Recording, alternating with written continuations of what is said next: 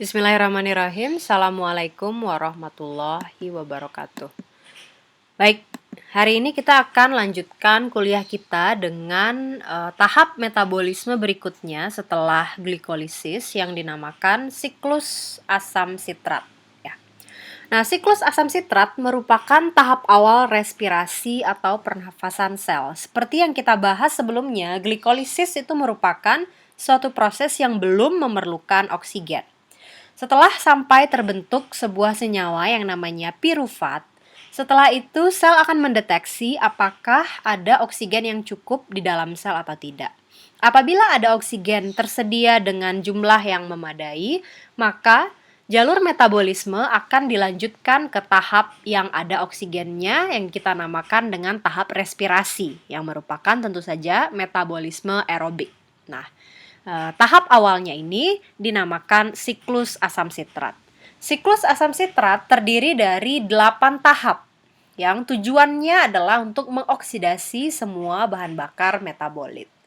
Siklus ini diusulkan oleh seorang peneliti bernama Krebs pada 1937 sehingga sering juga kita sebut ini sebagai siklus Krebs. Ya, jadi kalau ada yang menamakan siklus Krebs itu sebetulnya sama saja dengan siklus asam sitrat.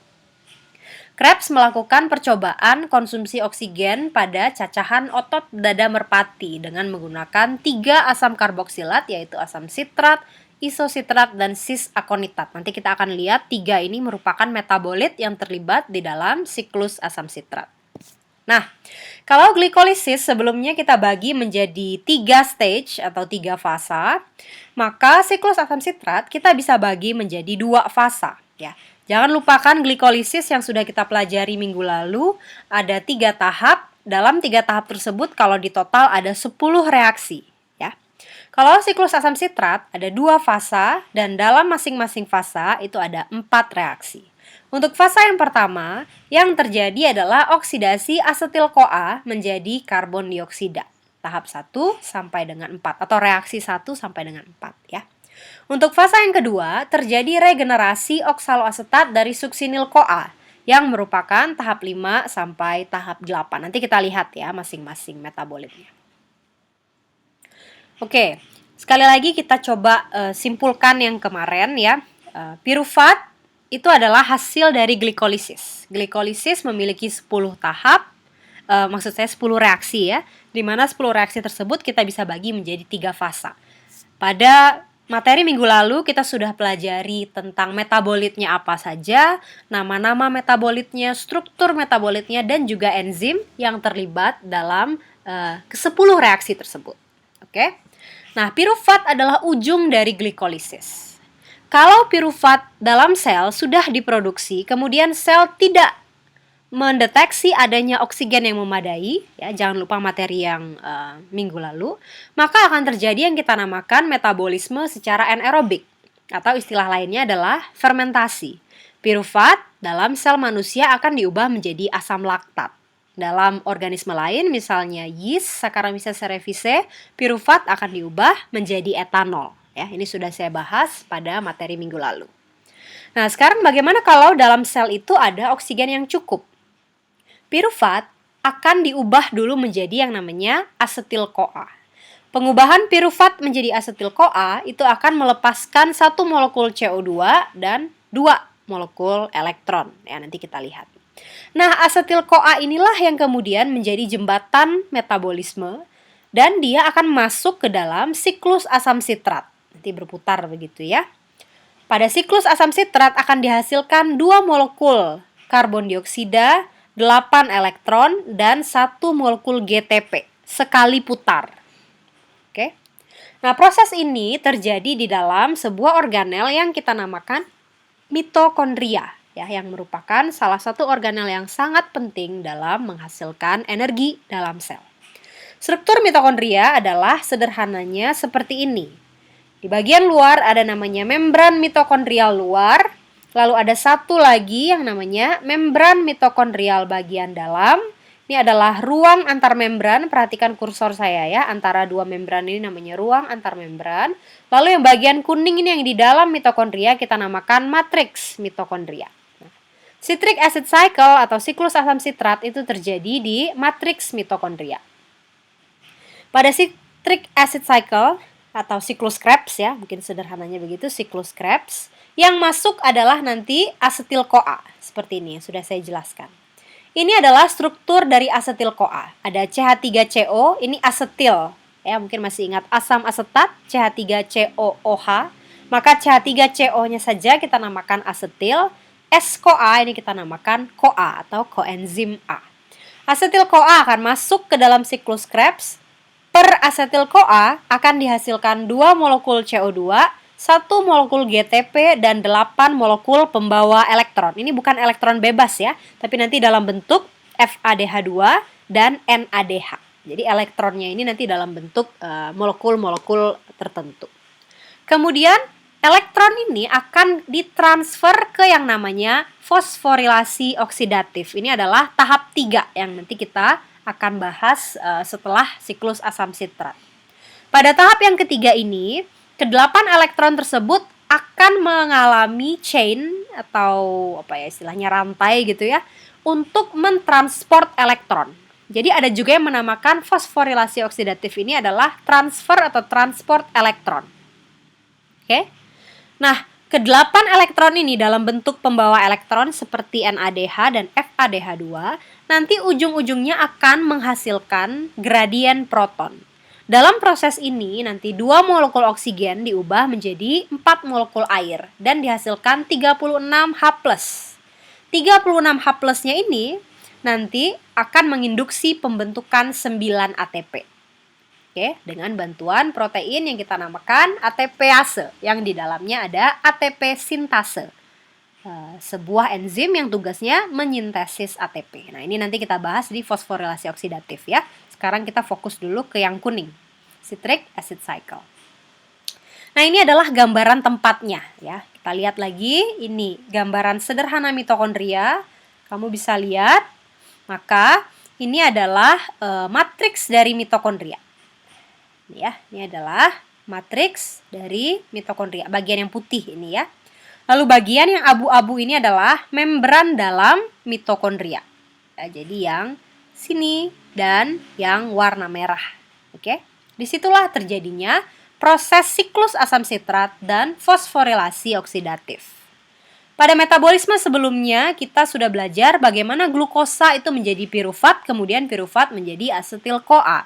Asam lemak juga akan diproses menjadi asetil-CoA, asam amino juga akan diproses menjadi asetil-CoA, meskipun kita tidak bahas secara umum atau secara detail ya di kuliah ini.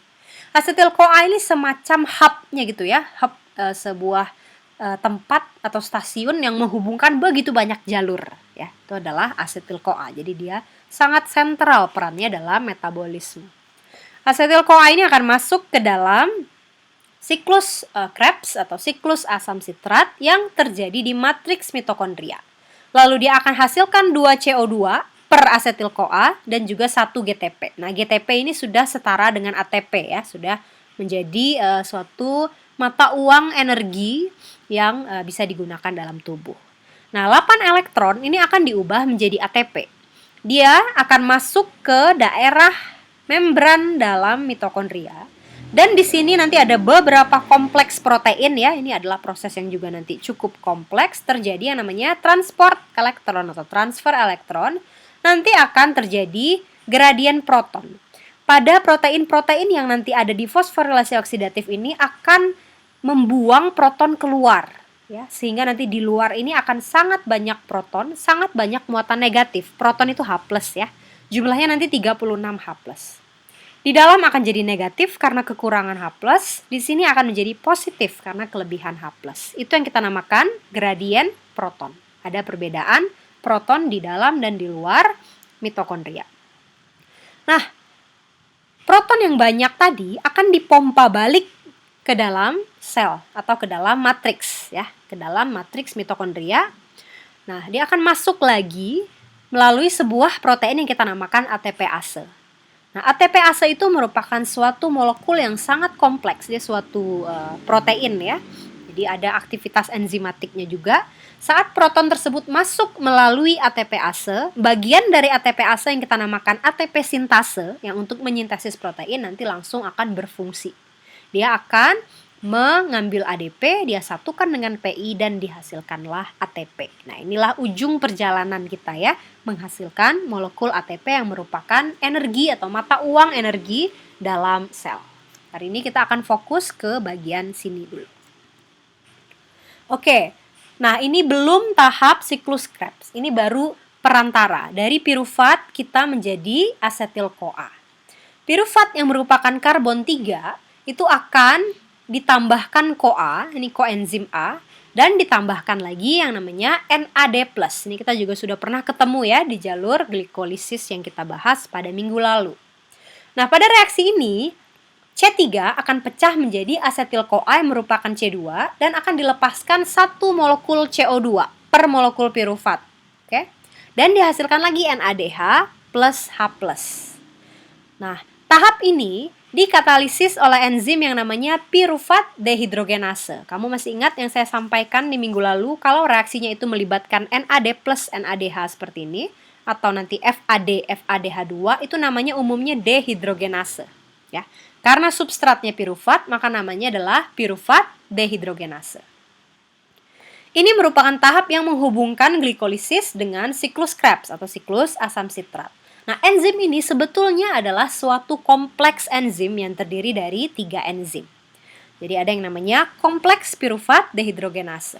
Dia terdiri dari komponen E1 yang merupakan komponen piruvat dehidrogenase, komponen E2 yang merupakan dihidrolipoil transasetilase, dan kompleks 3 yang merupakan dihidrolipoil dehidrogenase. Jadi ada 3 enzim bekerja sama untuk melangsungkan reaksi yang sederhananya menjadi reaksi yang kita tuliskan di slide. Ya. Ini adalah gugus prostetik atau koenzim yang terlibat dalam ketiga kompleks tersebut, masing-masing kompleks tersebut. Dan ini adalah fungsi dari masing-masing bagian. Nah, kalau kita gambarkan kira-kira kompleksnya ini begini. Ya, ada 3 protein, ada yang E1 dehidrogenase, E3 dehidrogenase yang lain yang hijau, kemudian E2 yaitu transasetilase. Nah, bersama mereka akan mengkatalisis dari piruvat menjadi asetil-CoA ya, terdiri dari 6 tahap. Ini sekedar informasi saja ya, kamu tidak perlu hafalkan ini, tapi ini adalah mekanisme kerja piruvat dehidrogenase. Pertama akan masuk dulu piruvat, lalu nanti dalam reaksi tersebut salah satu koenzimnya gitu ya akan bereaksi dengan koenzim yang lain. Ini koenzim yang kuning adalah TPP, koenzim yang merah adalah lipoamid ya. Kemudian nanti dia akan bereaksi sedemikian rupa, nanti akan terbentuk kompleks asetil seperti ini, CH3OS dan seterusnya ya. Ini nanti akan menjadi CoA-nya ya. Lalu ini nanti akan lepas dalam bentuk CoA-nya nanti akan masuk ke sini. Ini yang nanti menangkap CoA-nya ya. Kompleks ini nanti akan menangkap CoA-nya, ini akan menerima CoA lalu direaksikan dengan asetil-CoA. Jadi nanti ini lepas lagi ya. Kemudian asetil-CoA akan terbentuk, nanti dia enzimnya yang tadi bentuknya tereduksi akan kembali, ini bentuk tiol tereduksi ya, akan menjadi balik ke bentuk teroksidasi dan pada tahap ini nanti akan lepas elektron agar NAD+ nanti menjadi bentuk tereduksinya yaitu NADH dan enzimnya akan berputar lagi ke bentuk awalnya. Ya, jadi kira-kira kamu bisa bayangkan bahwa reaksi ini tidak satu tahap ya, dia terdiri dari 6 tahap dan dibantu oleh 3 enzim dan proses ini berlangsung secara sangat kompleks. Yang penting adalah kamu tahu reaksi totalnya ya, bahwa ada asetil-CoA yang kita hasilkan, kemudian CO2 yang terlepas dan juga ada NADH per molekul piruvat. Jangan lupa, satu tahap glikolisis itu menghasilkan berapa piruvat? 2 piruvat ya. Maka pada tahap ini kita akan produksi sebetulnya 2 asetil-CoA, 2 CO2, 2 NADH dan 2 H+ ya. Jangan dilupakan itu. Oke, gangguan metabolisme piruvat itu dapat menyebabkan berbagai gangguan dalam tubuh, misalnya gangguan syaraf dan gangguan jantung ya.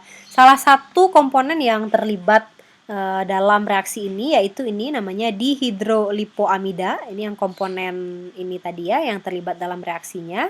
Ini dapat bereaksi juga misalnya dengan senyawa-senyawa seperti arsenit.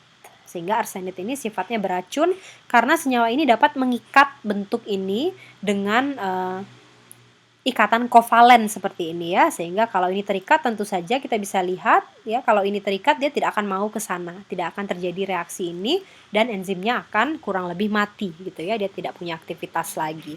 Maka kalau orang keracunan arsenit bisa diberikan obat misalnya BAL, ini ya 2,3-D merkaptopropanol, tugasnya adalah menggantikan ini sehingga nanti arsenitnya akan terikat pada senyawa obat ini dan dia akan keluar dan enzimnya akan menjadi bentuk SH lagi, menjadi ini lagi dan siap berputar lagi untuk menghasilkan asetil-CoA. Oke, nah ini adalah gambaran umum dari siklus Krebs. Sekali lagi namanya ada 3 ya, ada namanya siklus Krebs, ada namanya siklus asam sitrat, ada namanya siklus tricarboxylic acid atau siklus 3 asam karboksilat, itu sama saja ya. Untuk metabolisme ini kadang istilahnya ada bermacam-macam tapi maksudnya sama. Jadi jangan bingung kalau kamu mendengar istilah siklus Krebs atau siklus asam sitrat atau siklus TCA, sesungguhnya dia memaksudkan hal yang sama. Oke? Nah, kita lihat tadi kita sudah sampai ke pembentukan C2, yaitu asetil-CoA.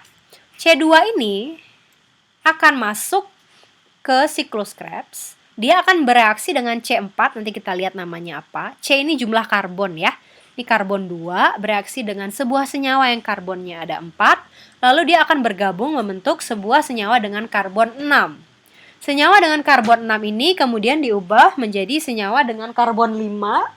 Sehingga senyawa tersebut nanti akan terbentuk sambil menghasilkan 1 molekul NADH per molekul C6-nya ya, dan 1 molekul CO2. Nah, C5-nya kemudian dikonversi lagi menjadi C4. Nah, di sini nanti akan mirip dengan ini ya, dia menghasilkan 1 molekul NADH dan 1 molekul CO2. Kemudian C4-nya akan diputar ke sini, ini yang nanti namanya regenerasi. Nah, mungkin kita balik lagi ke sini ya, supaya agak nyambung. Nah, ada tahap oksidasi asetil-CoA menjadi CO2, ada tahap regenerasi C4. Nah, ini adalah kita lihat. Ini adalah tahap penghasilan CO2 atau tahap produksi CO2 ya. Nanti ke sini adalah tahap regenerasi. Jadi ada 2 tahap atau 2 fasa. Nah, dalam proses regenerasi C4 ke C4 ini nanti akan dihasilkan 1 molekul GTP, 1 molekul FADH2, 1 molekul NADH. Oke, jadi mari kita hitung. Per siklus Krebs, totalnya akan dihasilkan 3 molekul NADH, ya, 1 molekul FADH2, 1 molekul GTP, dan 2 molekul karbon dioksida. Itu per siklus Krebs. Ya. Kita bisa bayangkan bahwa dalam glikolisis akan dihasilkan 2 molekul pirufat. 2 molekul pirufat kemudian diubah menjadi 2 molekul asetil-CoA, maka semuanya akan kita kali 2. Jadi ada 1, 2, 3 kali 2, 6 NADH, ya kan? 2 FADH2, bisa diikutin itu? Kalau ini kan 1, 2, 3, ya. Sekarang kita kalikan 2. Kenapa kali 2? Karena asetil-CoA-nya ada 2 masuk dari glikolisis, ya. Jadi ada 3 NADH kali 2, jadi ada 6 NADH, dan ada 1 FADH2 kali 2, jadi 2 FADH2. Jadi ada 6 ini dan 2 ini. Berapa totalnya? 8. Ya. Nah, itulah 8 ini. 8 elektron dalam bentuk apakah FADH2 atau NADH yang kemudian nanti akan lanjut ke fosforilasi oksidatif. Kemudian juga dihasilkan 2 CO2 per siklus. Jadi kalau 2 siklus berarti 4 CO2 dan nanti 2 GTP. Kalau yang masuk nanti 2 molekul asetil-CoA. Oke. Nah, ini adalah bagian favorit kamu ya. Ada strukturnya, kemudian ada namanya, kemudian ada enzimnya. Nah, ini adalah asetil-CoA yang tadi kita sudah gambarkan strukturnya di sini ya. Biasanya kita tuliskan CoA-nya dalam bentuk Nah, ini ya, dalam bentuk CoAS saja seperti ini ya, tidak perlu dituliskan struktur koenzim A-nya. Yang penting ada asetil, lalu ada sebuah sulfur, lalu ada CoA. Ya, kemudian asetil-CoA ini nanti asetilnya ya, CH3CO-nya itu akan bergabung dengan molekul yang kita namakan oksaloasetat. Oksaloasetat merupakan C4, 1, 2, 3, 4. Oke. Di ujung-ujungnya ada karboksilat, CO- dan CO-. Dan di sebelah sininya karbon nomor 2-nya ada struktur keton ya, mirip dengan keton ya, tapi di sini R-nya adalah CO-. Ini adalah C, ikatan rangkap ke oksigen seperti itu. Nah, karbon 4 ini kemudian akan bereaksi dengan sitrat. Karbon 4, maaf, saya koreksi ya. Karbon 4 ini kemudian akan bereaksi dengan C2 ya. Jadi C4 akan bereaksi dengan C2 dan kemudian dia akan bergabung menjadi sebuah molekul yang namanya sitrat. Sitrat merupakan karbon 6. 1, 2, 3, 4, 5, dan 6 ya. Nah, enzim yang kemudian mengkatalisis penggabungan oksaloasetat dengan gugus asetil dari asetil-CoA ini kita namakan sitrat sintase. Ya, dia yang membuat sitrat. Jadilah dia sitrat suatu C6. Oke. Kemudian C6 ini diubah bentuknya menjadi C6 yang lain. Ini tadi sitrat, ini sekarang jadi 1, 2, 3, 4, 5, 6. Diubah menjadi yang namanya isositrat. Bedanya apa ini? Sitrat dengan isositrat? Bedanya adalah posisi OH-nya ya. Kalau ini OH-nya di karbon nomor 3, kalau ini OH-nya di karbon nomor 2. Ini supaya dia nanti lebih reaktif agar nanti bagian sininya bisa menghasilkan senyawa keton ya. Karena ini OH, kalau kita oksidasi OH ini atau alkohol sekunder ini akan menjadi keton ya. Jadi OH-nya harus dinaikkan dulu ke atas karena nanti perlunya dia di karbon nomor 2. Nah, tahap dari sitrat menjadi isositrat itu sebetulnya reaksi isomerisasi ya. Ini merupakan isomer kan, ini dengan ini. Rumus molekulnya sama tapi posisi OH-nya berbeda ya. Jadi kalau kamu tahu senyawa apa misalnya 2 butanol, 1 butanol lah, ini mirip-mirip itu ya kalau kamu sudah belajar di kimia organik sebelumnya. Nah, enzim yang kemudian mengubah sitrat menjadi isositrat kita namakan akonitase. Ya, nah ini saya kurang tahu juga dari mana nama enzim ini ya. Nanti mungkin kamu bisa cari juga ya. Kok ini lain sendiri ya? Kalau ini kan sitrat sintase, suatu enzim yang tugasnya menyintesis sitrat. Nah, itu kan jelas namanya ya. Kalau ini asal mula enzimnya ini tidak berdasarkan nama dari produk maupun nama substratnya. Jadi mungkin kamu kalau tertarik bisa cari ya, kenapa kok namanya di sini beda sendiri ya, akonitase. Oke, sekarang kita sudah sampai ke ini, isositrat ya.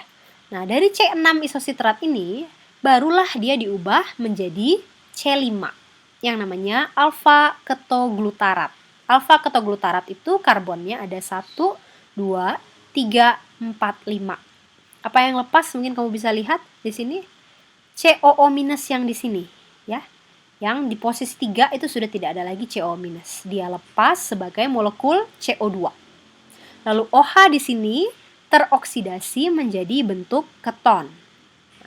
Oksidasi ini nanti tentu saja oksidasi kamu masih ingat prosesnya apa? Melepaskan elektron ya, itu adalah ciri khas oksidasi. Elektron yang akan diterima oleh NAD+, kemudian akan mengalami reduksi menjadi NADH. Jadilah dia bentuk tereduksinya. Nah, kalau ada enzim yang mengkatalisis suatu reaksi yang melibatkan NAD+ dan NADH atau FAD dan FADH2, biasanya nama enzimnya adalah dehidrogenase ya. Kalau yang ini namanya adalah isositrat dehidrogenase. Terbentuklah di sini C5 yang namanya adalah alfa ketoglutarat. Oke. Nah, alfa ketoglutarat yang merupakan C5 itu akan diubah menjadi C4. 1, 2, 3, 4 ya. Dalam proses ini lepas lagi satu CO2. Lepas CO2 yang paling atas ini ya. CO- ini akan lepas menjadi CO2. Dalam prosesnya juga terjadi pemasukan NAD+, di mana NAD+- nanti menjadi NADH, dia menerima elektron juga ya, lalu masuk lagi CoA ke dalam struktur ini menjadi yang kita namakan suksinil CoA. Nama enzimnya kita juga bisa tebak, kalau dia ada NAD+- yang terlibat dalam reaksi tersebut, maka nama enzimnya pasti dehidrogenase ya. Karena nama substratnya alfa ketoglutarat, nama enzimnya adalah alfa ketoglutarat dehidrogenase. Kompleks ya. Kalau nggak pakai kompleks juga tidak apa-apa ya. Oke, sekarang kita sudah sampai di C4. Jadi kamu lihat tahapnya adalah tahap 1 di sini ya, tahap 2, tahap 3, dan tahap 4. Itu adalah tahap-tahap yang menghasilkan CO2. Kita kita lihat lagi ke awal sekali, di mana ini ya, kita sudah selesai di fasa 1. Fasa 1 adalah tahap oksidasi asetil-CoA sehingga dia menjadi CO2. Per asetil-CoA, kalau asetil-CoA kita ada 1, maka kita sudah hasilkan 2 molekul CO2. Kalau asetil-CoA-nya ada 2, masuk semua ya dari glikolisis, maka kita akan punya 4 karbon dioksida. Oke.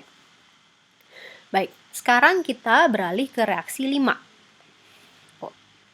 Reaksi kelima, suksinil-CoA ini akan diubah menjadi suksinat ya.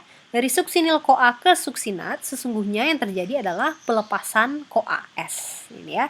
Nah, pelepasan CoAs ini nanti akan diiringi dengan penggabungan GDP menjadi PI membentuk GTP.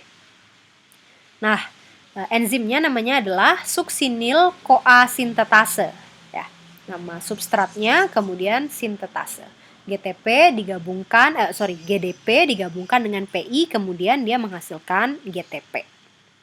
Oke, sehingga terbentuklah di sini suksinat. Suksinat ini mungkin mudah menghafalnya ya. Karbon 4, ujung-ujungnya karboksilat.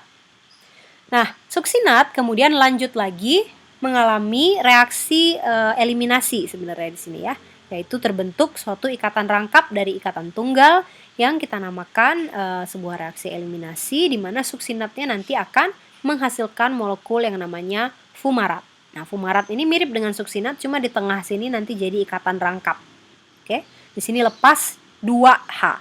Nah, 2H yang lepas ini diterima oleh FAD sambil dia tereduksi menjadi FADH2. Siapa nama enzimnya? Kalau dia melibatkan FAD atau dia melibatkan NAD+ seperti ini, nama enzimnya pasti dehidrogenase ya, karena substratnya namanya suksinat, maka nama enzimnya adalah suksinat dehidrogenase. Nah, di sini dihasilkan 1 molekul FADH2 per suksinat ya, per 1 molekul suksinat. Dihasilkanlah fumarat di sini. Kemudian fumarat yang sudah memiliki ikatan rangkap nanti akan menerima molekul air, kemasukan air sehingga terbentuk malat. Namanya ya, yang tadinya ada ikatan rangkap di sini, sekarang ikatan rangkapnya hilang menjadi H dan OH masuk ke sana. Nah, reaksi ini dikatalisis oleh enzim yang namanya fumarase. Terbentuklah di sini malat. Kemudian malat mengalami reaksi menjadi oksaloasetat, reaksi oksidasi ya. Di sini COH menjadi CO. Kembali lagi, alkohol sekunder menjadi keton. Dari malat menjadi oksaloasetat. Elektron yang dia lepaskan saat teroksidasi itu diterima oleh NAD+ dan dia menghasilkan NADH yang ketiga. Jadi ada 1 NADH, ada 2, kemudian ada 3. Dan di sini dikatalisis oleh enzim yang namanya malat dehidrogenase dan ini akan berputar lagi menghasilkan NADH lagi, GTP lagi, FADH2 lagi, NADH lagi, dan berbagai molekul lain seperti CO2 dan H+. Ya. Jadi inilah cerita dari siklus Krebs atau asam sitrat. Kita bisa lihat tahapnya itu ada 8, 1, 2, 3, 4, itu tahap produksi CO2. Kemudian 5, 6, 7, 8 itu adalah tahap regenerasi C4 mulai dari suksinil-CoA kembali ke oksaloasetat. Ini adalah kumpulan reaksinya, kamu bisa lihat di sini ya. Reaksi dari 1 sampai 8, reaksinya seperti apa. Nah, kesimpulannya adalah begini. Per 1 molekul asetil-CoA kita akan butuhkan 3 NAD+, 1 FAD, 1 GDP, 1 PI, dan 1 H2O, dan akan menghasilkan 2 molekul CO2, 3 NADH, 1 FADH2, 1 GTP, 2 H+, dan 1 molekul CoA. Yang penting tentu saja ini ya, molekul-molekul yang berenergi ini. Bentuk teroksidasinya, kemudian pembawa elektron 3 NADH, 1 FADH2, dan 1 molekul GTP yang setara dengan molekul ATP. Nah, terakhir kita akan bahas pengendalian siklusnya. Seperti biasa, tentu ada yang bersifat sebagai inhibitor, kodenya negatif, ada yang sifatnya sebagai aktivator atau kodenya positif. Tahap pirufat menjadi asetil-CoA itu diinhibisi oleh ATP. Jadi kalau kebanyakan ATP nanti dia masuk ke sini ya, tidak perlu bentuk asetil-CoA. Kalau kebanyakan ATP juga bisa masuk ke sini, tidak perlu bentuk alfa ketoglutarat. Kalau kebanyakan ATP juga bisa masuk ke situ. Sehingga di sini menghambat enzim di sini alfa ketoglutarat dehidrogenase ya, atau kalau di sini nama enzimnya adalah isositrat dehidrogenase. Jadi mereka bisa masuk ke sini, NADH juga bisa masuk, bersifat sebagai inhibitor sehingga siklusnya nanti akan diperlambat atau dihambat. Sebaliknya ADP akan bertindak sebagai aktivator. Jadi kalau ATP-nya kurang, ADP-nya yang banyak, ADP akan masuk ke sini lalu dia akan menggenjot jalur ini ya sehingga enzimnya menjadi aktif dan reaksi ini akan berjalan dengan semestinya. Ada yang kita namakan dengan jalur penyelamat siklus Krebs. Jadi kalau misalnya ada senyawa-senyawa tertentu gitu ya, apakah dia kebanyakan atau terlalu sedikit dalam siklus Krebs, sedangkan siklus Krebs itu tetap harus berlangsung sebagaimana sel inginkan, maka ada beberapa jalur ya. Ada yang namanya jalur pirufat karboksilase. Kalau misalnya sel itu kekurangan oksaloasetat, maka oksaloasetat ini bisa langsung diproduksi dari pirufat ya. Pirufatnya bisa berubah menjadi oksaloasetat dengan bantuan pirufat karboksilase. Kemudian bisa juga tahap 2 ya. Oksaloasetat kalau kebanyakan bisa diubah menjadi PEP, kemudian PEP-nya diubah jadi glukosa. Kalau kesedikitan oksaloasetat bisa juga PEP-nya yang langsung diubah menjadi oksaloasetat dengan bantuan PEP karboksilase. Bisa juga titik malat ya. Malat ini juga terkoneksi dengan pirufat. Kalau dia terlalu banyak atau terlalu sedikit bisa juga dikonversi dari atau menjadi pirufat dengan bantuan enzim malik atau enzim malat ya. Nah, sitrat ini juga seringkali menjadi suatu jembatan metabolisme dengan dihubungkan dengan metabolisme sterol atau steroid dan juga metabolisme asam-asam lemak ya.